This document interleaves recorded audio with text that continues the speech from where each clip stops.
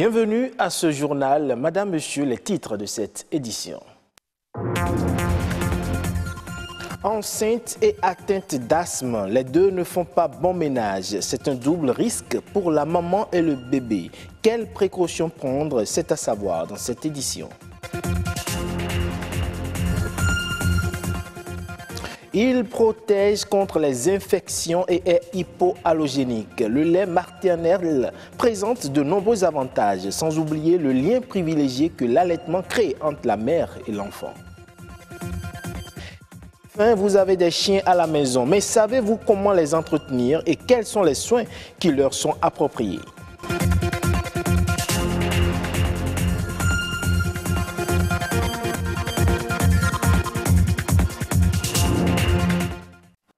L'asthme chez la femme en état de grossesse, un double risque pour elle et le bébé qu'elle porte. Certaines femmes nécessitent des soins d'urgence au cours de leur grossesse. C'est du moins ce qui ressort de ce reportage réalisé par Peggy Baguidi, Mathieu Sokenou et Jules Akoyigou.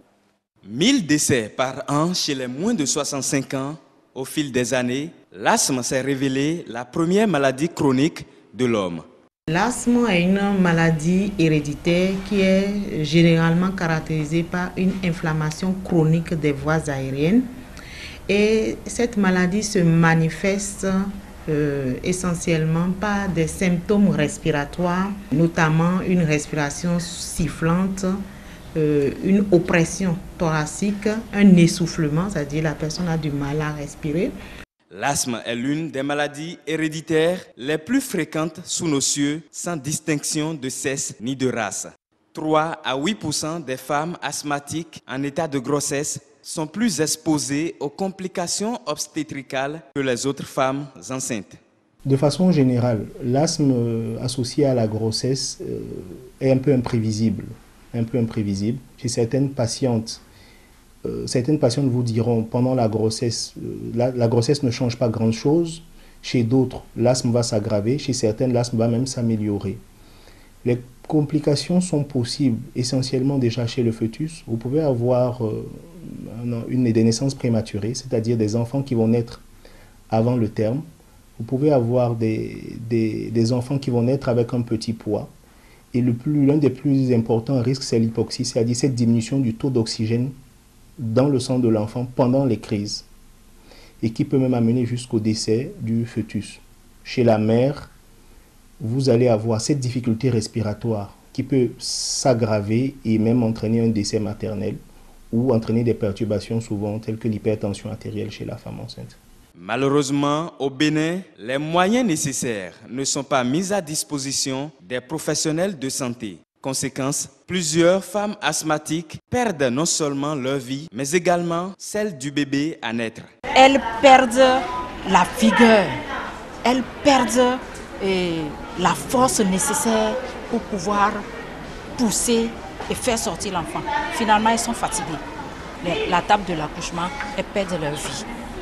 C'est difficile et c'est amer. Bien qu'on reste et qu'on meure asthmatique, il est important de prendre des précautions avant l'accouchement. Lorsque vous êtes asthmatique, vous devez nécessairement le signaler pour qu'au cours des consultations prénatales, que cela soit pris en compte au cours de votre prise en charge. Que votre sage-femme ou votre gynécologue puisse suivre votre maladie asthmatique avec vous durant toute la période de consultation prénatale. Et lorsque vous êtes enceinte, c'est qu'il faut tout faire pour éviter les conditions qui vous amènent à développer habituellement les crises d'asthme. Être asthmatique et en état de grossesse est un double risque pour la vie de la mère et celle du bébé qu'elle porte. Le plus important, c'est de mettre les moyens nécessaires pour que la dame ne fasse pas de crise au cours de l'accouchement. Depuis longtemps, on sait que les enfants nourris au lait maternel sont plus résistants aux infections et ont un système de défense immunitaire bien développé. Les avantages du lait maternel, c'est avec Heureuse Danondé. L'allaitement maternel, la méthode optimale pour alimenter son bébé. Plus meilleur que le lait artificiel, les Nations Unies ont décrété toute une semaine mondiale pour le célébrer. Célébrer également les femmes qui mettent leur bébé au sein et amener d'autres femmes à faire ce choix. Cette semaine d'allaitement maternel, ça doit être une occasion pour que tout le monde puisse vraiment s'engager ensemble pour convaincre encore les femmes qui sont encore indécises dans l'allaitement maternel, surtout exclusif pour les enfants depuis la naissance jusqu'à 6 mois. On a identifié dans chaque village une mère modèle, c'est-à-dire une mère qui a eu le courage de pratiquer cet allaitement maternel et qui peut bel et bien témoigner sans se tromper sur les bienfaits de l'allaitement maternel. Et ce couple sera mis à contribution pour vraiment faire la sensibilisation de village en village pour convaincre les autres mères. Le lait artificiel n'est pas sûr pour la santé du bébé, mais le lait maternel est plus que sûr. Il contient de l'eau, des protéines, des glucides, des lipides, des vitamines et minéraux, mais aussi et surtout des hormones, des enzymes, des facteurs de croissance, des facteurs antibactériens et des facteurs antiviraux. Selon les nutritionnistes, c'est un lait unique. Malheureusement, au Bénin, toutes les mères n'allaitent pas leur bébé, encore moins lorsqu'il s'agit de le faire pendant 6 mois de façon exclusive. Le fait qu'il n'y a que 4 enfants sur 10 qui soient allaités exclusivement au Bénin, nous allons accompagner le gouvernement pour évaluer les causes et bien sûr qui sera suivi d'un plan de mise à échelle de l'allaitement maternel exclusif. Bien entendu, en commençant par la mise au sein précoce. Dès que l'enfant sort du ventre, sur la table d'accouchement, il faut que déjà l'enfant soit mis au sein. Il n'y a plus question de l'enfant naît et on donne du sérum glucosé ou bien on donne du tisane. Non. On met l'enfant au sein et cet enfant va bénéficier du premier lait et tous les autres laits jusqu'à ce que l'enfant atteigne 6 mois, sans l'eau, sans rien. Ce premier lait qui sort après la naissance du bébé contient du colostrum, un liquide jaunâtre appelé premier vaccin du nourrisson, extrêmement riche en nutriments et en anticorps et efficace contre les infections. Et ces effets positifs se voient non seulement sur le nourrisson, mais aussi sur la mère, les parents et finalement sur le système de santé. L'idéal serait donc d'allaiter son enfant durant 2 ans, comme le recommande l'Organisation mondiale de la santé, et rigoureusement pendant 6 mois.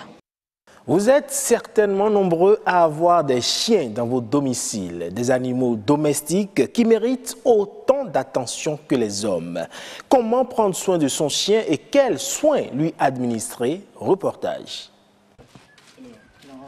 Vivre avec des chiens dans sa maison ou sur son lieu de travail, tel est aujourd'hui le quotidien de certains Béninois. Ces animaux peuvent développer certaines pathologies.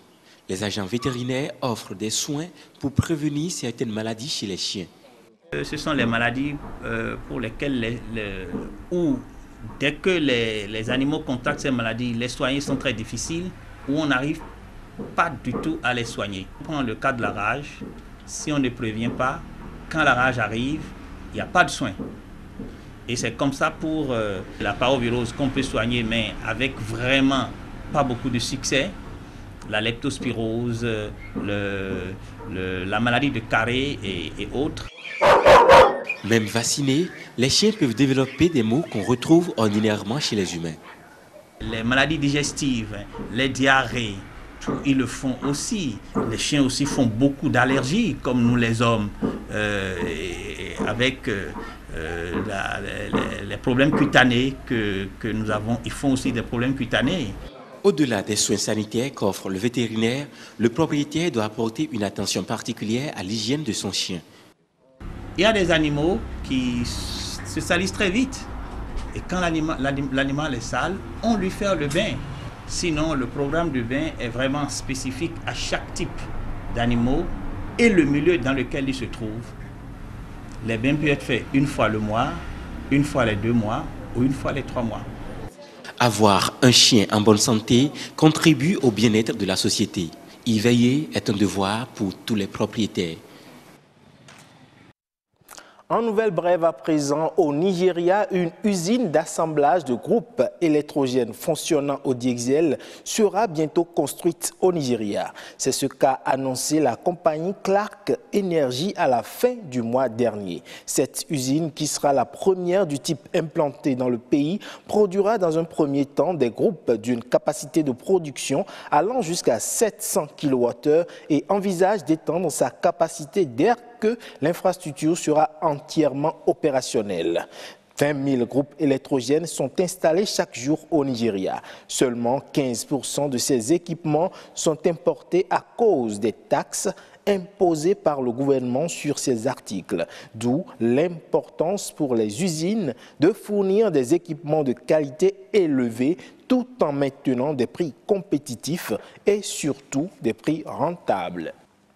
Le Gabon servira de cadre de restitution d'une étude de la Banque mondiale sur l'industrialisation durable de la filière du bois dans les pays du bassin du Congo le 13 septembre prochain. Cette activité, qui se tiendra à Libreville, sera précédée du 10 au 12 septembre d'un atelier de consultation régionale sur le nouveau document de stratégie d'intégration régionale d'Afrique centrale 2019-2025. L'objectif recherché à travers cette étude est de répondre de manière opérationnelle aux défis stratégiques de l'industrialisation de la filière bois pour en faire un des principaux moteurs de la transformation des économies de la sous-région d'Afrique centrale afin de proposer un plan d'action stratégique pour un développement durable de la filière à l'horizon 2030. Merci à Ulrich Akpovo et à toute l'équipe technique. Merci à vous également pour votre aimable attention. À tout à l'heure.